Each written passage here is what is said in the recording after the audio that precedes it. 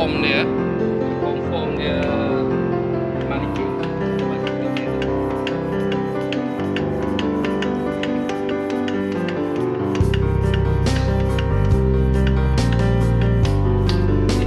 Kalau tengok yang lebih lanjut kan, tengoklah dekat ABS lah, nampak ada leaking kat situ.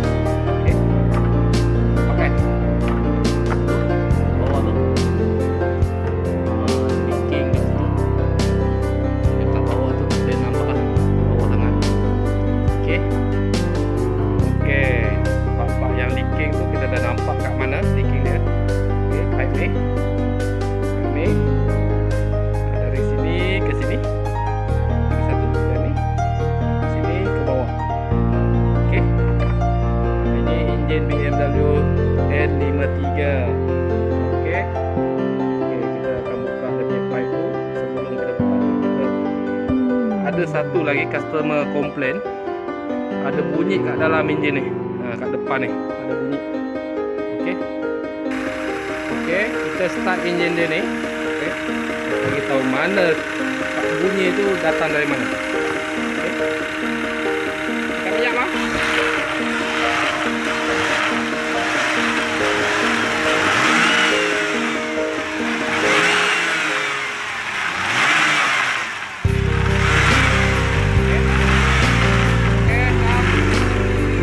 Kita dengar bunyi tadi tu. Ini dia sebenarnya dari depan ni.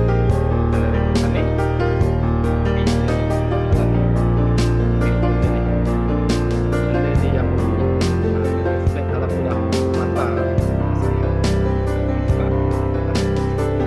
Kita dah buka yang bunyinya. Ini memang bunyi. Memang benda ni bunyi. Okey, nanti kita beli yang baru, pasang sama dia. Boleh. Terima kasih tengok video ni. Susun air kat bawah tu. Susun air.